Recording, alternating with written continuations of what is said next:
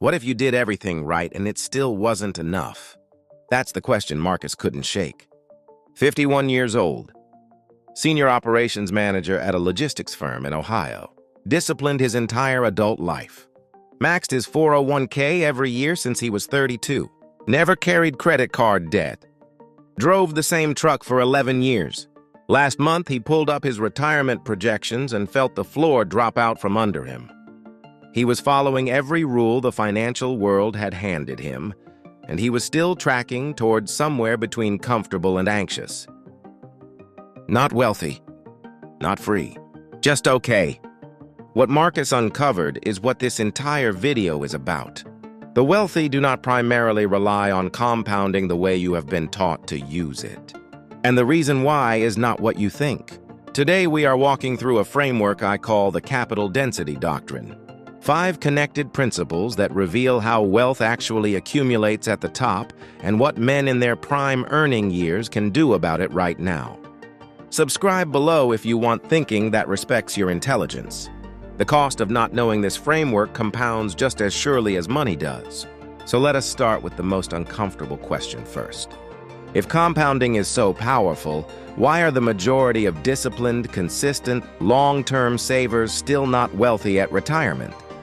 We spend a significant portion of our lives being told that compounding is the great equalizer. Start early. Stay consistent. Time is your greatest asset, and there is genuine truth in that advice. But there is also a layer underneath it that almost never gets discussed, and that layer completely changes the conclusions you draw. Here is the first principle of the capital density doctrine. Compounding is an amplifier, not an engine. It does not create momentum. It multiplies momentum that already exists. And if what you feed it is small, it returns small results amplified, which is still small. Think about sound engineering for a moment. A microphone amplifier does not create sound. It takes whatever sound enters the microphone and makes it bigger. If the input signal is weak, the amplifier just gives you loud weakness. Compounding works exactly the same way. The amplification is real, but the input determines the output at a far more fundamental level than most people ever examine. This is why wealthy people do not experience compounding the same way average earners do. It is not because they have access to better investment vehicles or secret strategies hidden behind expensive memberships. It is because they have already solved the input problem before they let the amplifier run. A person investing $50,000 sees a completely different result from 8% annual growth than a person investing $500 at the exact same rate. After 20 years, the $50,000 input grows to over $230,000. The $500 input grows to around $2,300. Same rate, same time horizon, different inputs. The amplifier worked identically in both cases. The outcomes are separated by a factor of 100. And this is the thing that should be making you uncomfortable right now, because if you have spent the last decade feeding a high-quality amplifier a weak signal, your retirement projections are reflecting that exact math. The first principle leads directly to the second, and this is where the capital density doctrine starts getting practical. The second principle is what I call the threshold effect. Compounding has a threshold below which it is functionally invisible in your lifetime, and above which it becomes genuinely life-altering. Below the threshold, you are doing everything right and seeing results that feel disappointing. Above the threshold, modest returns produce extraordinary outcomes. The wealthy understand this intuitively, even when they cannot articulate it in those terms. They know their primary job in the early stages of wealth building is not to optimize their investment allocation. Their primary job is to cross the threshold as fast as possible so that the amplifier has something real to work with. This reframes the entire conversation. Because if crossing the threshold is the real mission, then the question of how you cross it becomes the most important financial decision of your life. And that question has a very different answer depending on your current position. For most men in their late 30s through their mid-50s, the answer is not to save harder. Incremental savings rarely cross the threshold in a time frame that matters. The answer is almost always some version of income acceleration combined with intelligent capital deployment. A career transition that adds $40,000 per year to your income, deployed consistently into growth assets for 10 years, is worth more to your retirement outcome than 3 decades of disciplined small contributions. That is not a motivational statement. That is arithmetic. And the person who internalized that arithmetic start making different decisions very quickly. Now here is the question that naturally follows. If the wealthy are not primarily relying on compounding in the traditional sense, what are they actually doing to build and maintain wealth? This brings us to the third principle of the capital density doctrine. Wealthy individuals prioritize what I call capital velocity over passive patience. They are not content to place money in an account and wait. They move capital. They cycle it. They find ways to make each dollar produce additional dollars through multiple channels simultaneously, and they understand that the speed at which capital moves through productive vehicles matters enormously. This is categorically different from the conventional compounding narrative, which tends to romanticize stillness and patience as virtues in themselves. Consider someone who inherits or accumulates a significant lump sum. The conventional advice is to invest it broadly and leave it alone. The wealthy perspective tends to look different. That capital becomes a tool. It might secure financing for an asset that generates cash flow. It might provide the credibility to access deals that smaller players cannot access. It might be deployed in tranches across multiple asset classes so that different portions are working under different conditions simultaneously. The capital is never seen as something that simply sits and waits for time to do the work. It is seen as a resource that should be constantly evaluated for its optimal deployment. This does not mean reckless movement or constant trading. It means strategic, informed decision-making about where each dollar is positioned relative to your overall financial architecture. And this is exactly why having a centralized view of your financial life matters so much. When your income, your spending, your investing activity, and your net worth are all visible in one place, you start to see your capital the way wealthy people see it. Not as a collection of separate accounts, but as a unified system with flow, pressure points, and opportunities.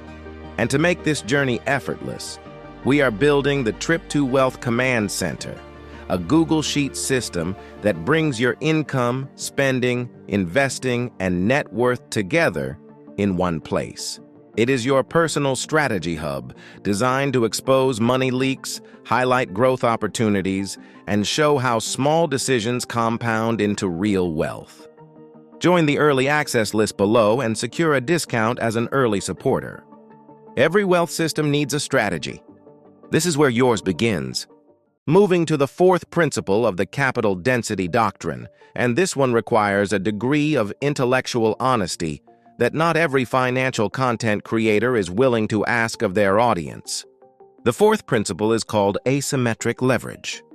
The wealthy build wealth not just through good returns, but through engineered advantages that tilt outcomes in their favor before the investment clock even starts running. And the most powerful form of this leverage has nothing to do with borrowing money. It is positional leverage. Being in the right professional position, the right network, the right industry, or the right ownership structure creates access to opportunities that simply are not available to everyone. A real estate investor with an established track record gets offered deals that a first-time buyer never sees. A business owner with proven cash flow accesses financing terms that a salaried employee cannot touch. A senior executive with the right relationships gets introduced to private opportunities years before they become public. This is not a complaint about fairness. It is an observation about how the game actually operates. And the reason it belongs in this framework is that people in their late 30s and beyond are uniquely positioned to develop this kind of leverage in ways that younger investors cannot yet access. You have professional credibility.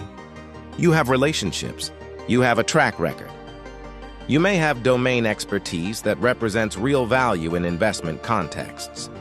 The question is whether you are treating those assets as part of your wealth-building strategy or whether you are mentally separating your career capital from your financial capital as if they exist in completely different worlds.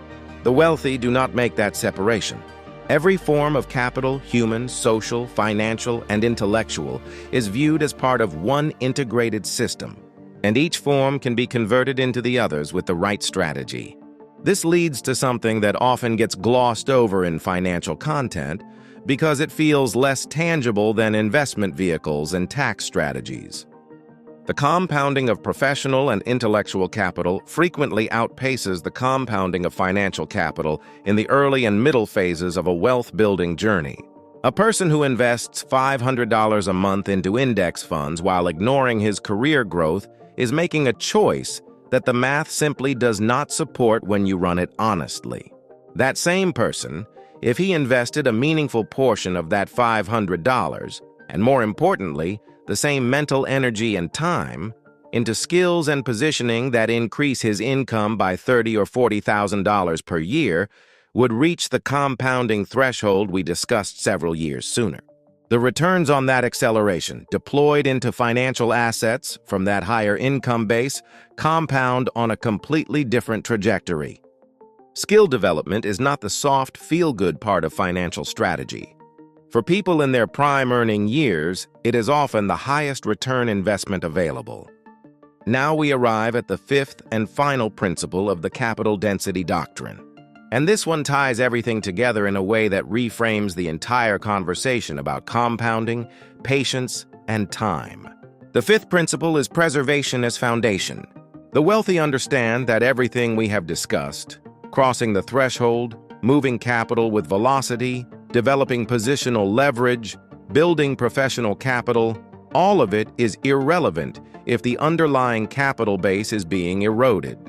Preservation is not the conservative, timid cousin of growth. It is the foundation that makes every other principle functional. Because compounding can only work on capital that remains intact. And the forces working against intact capital are more numerous and more subtle than most people fully appreciate. Inflation silently reduces purchasing power. Taxes take an often underestimated share of nominal gains. Fees accumulate over decades into amounts that would be genuinely shocking if investors saw them displayed as a single lifetime total rather than a small annual percentage. Emotional decisions made during market volatility lock in losses that permanently remove capital from the compounding engine. Lifestyle expansion absorbs income that could have crossed the threshold. Each of these forces is individually manageable. Together, without conscious attention, they can neutralize years of disciplined effort. This is why wealthy individuals and their advisors spend significant energy on tax efficiency, fee minimization, behavioral discipline, and lifestyle architecture. They are not being cheap or paranoid. They are protecting the input that makes their amplifier effective. Every dollar that leaks out of the system through any of those channels is a dollar that stops compounding permanently. The lost compounding on that dollar over the remaining years of the investment horizon is almost always dramatically larger than the dollar itself. Here is a straightforward way to think about this. A dollar lost at age 45 has roughly 20 years of compounding potential remaining if the investor holds to 65. At 8% annual growth, that single dollar would have become around $4.66 by retirement. So a $10,000 tax inefficiency at age 45 does not cost $10,000 in real terms. It costs closer to $46,000 in future value. Multiply that logic across every category of capital leakage, and the case for preservation as a primary strategy becomes very clear, very quickly. This is not a reason to be paralyzed by loss aversion. It is a reason to be precise. To build a financial architecture where leakage is minimized not through restriction, but through design. Now, I want to bring all 5 principles together in a way that makes this actionable rather than theoretical. Because the capital density doctrine is only valuable if it changes how you approach your next decision, not just how you think about wealth in the abstract. Think about where you currently sit across these 5 dimensions. First, are you working primarily on optimizing your amplifier, meaning your investment allocation and return rates, while the input signal feeding that amplifier remains small? If so, the amplifier principle suggests your highest leverage move is not finding a better fund. It is finding a way to meaningfully increase the capital flowing into the system. Second, have you identified your threshold? Do you know what lump sum or annual investment level would make compounding genuinely transformative within your specific time horizon? Most people have never done this calculation explicitly. Running that number changes your targets and your urgency in ways that general advice never can.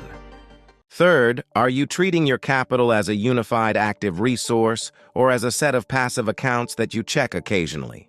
Capital velocity requires a bird's-eye view and a willingness to ask whether each dollar is optimally positioned relative to your current situation and objectives. Fourth, are you converting your existing professional and intellectual capital into financial opportunities? Or are you holding them in separate mental categories and leaving that conversion to chance? And fifth, where are the leakage points in your current financial architecture? Not the dramatic ones like reckless speculation, but the quiet, ongoing erosions that compound against you year after year in the background?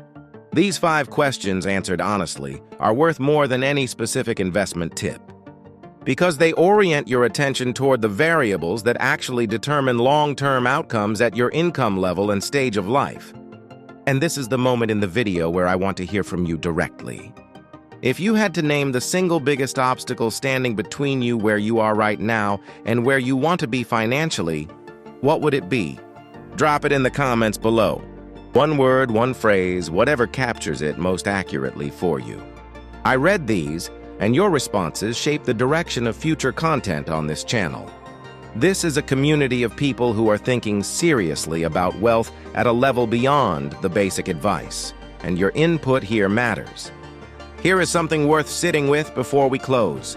The financial content ecosystem has a structural incentive to keep the compounding narrative simple. Simple narratives are easier to package, easier to share, and easier to sell. Start early, stay consistent, trust the process, and retire wealthy. There is enough truth in that framework to make it credible, but there is enough missing from it to leave disciplined, intelligent people confused and quietly disappointed when the math does not deliver what they were promised. The capital density doctrine is not a replacement for the core principles of sound investing. Diversification still matters. Time horizon still matters. Consistency still matters. But these principles only operate at their full potential when they are built on a foundation of sufficient capital density, active velocity, positional leverage, compounding of all capital types, and deliberate preservation.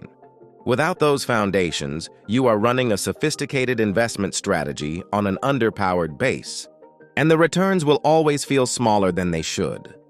Marcus, the man we met at the beginning of this video, is not in a hopeless position. He is actually in a position that many men would envy in certain respects. He has 14 years of potential prime earning ahead of him if he chooses to use them differently. He has professional credibility and domain expertise that represent real convertible assets. He has a disciplined habit of investing that can be redirected toward higher impact inputs. What he needed was not a better mutual fund. What he needed was a framework that asked better questions. Because the right questions always produce better answers than the right tips. And for people who value strategic thinking over motivation, who want clarity over hype, and are serious about building real wealth in the time they have left, the framework matters more than any individual recommendation. Let us close with where we started and sharpen the picture. The capital density doctrine says this: compounding is an amplifier, and amplifiers need strong input signals to produce meaningful output. There is a threshold of capital density below which compounding feels invisible and above which it becomes transformative.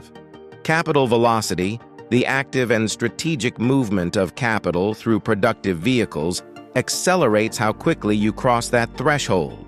Positional and professional capital represent forms of leverage that convert into financial capital with the right strategy, often at returns that exceed conventional investment vehicles.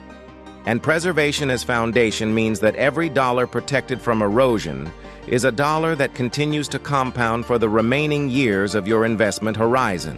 Together, these 5 principles represent a more complete picture of how wealth actually builds at the level where it becomes genuinely life-altering. The philosophical reframe underneath all of this is simple but worth saying clearly. Wealth is not primarily a product of patience. It is a product of clarity, followed by strategic action, followed by disciplined protection.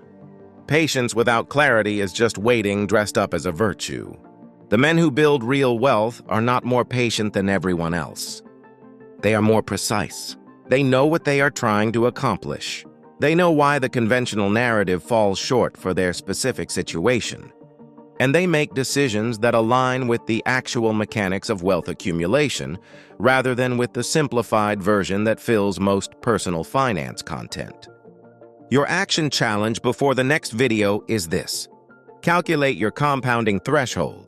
Determine what lump sum invested today at a realistic rate of return would produce the outcome you actually want by the time you intend to stop working. Then identify the single most direct path from your current capital position to that threshold.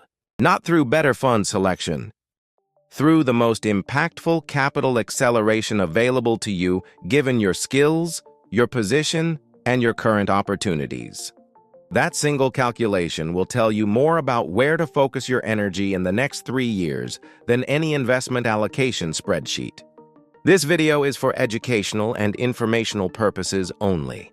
Nothing discussed here constitutes personalized financial or investment advice. Past performance of any asset class is not a guarantee of future results. Please consult a qualified financial professional before making any significant financial decisions specific to your situation. I am glad you were here for this one. And if you found value today, I highly recommend watching my next video. Do not forget to like, share, and subscribe to our channel. Also, feel free to leave your comment below, especially if this video made you think differently. I appreciate your support more than you know. Until next time, stay consistent, stay patient, and stay winning. See you in the next one, Money Magician.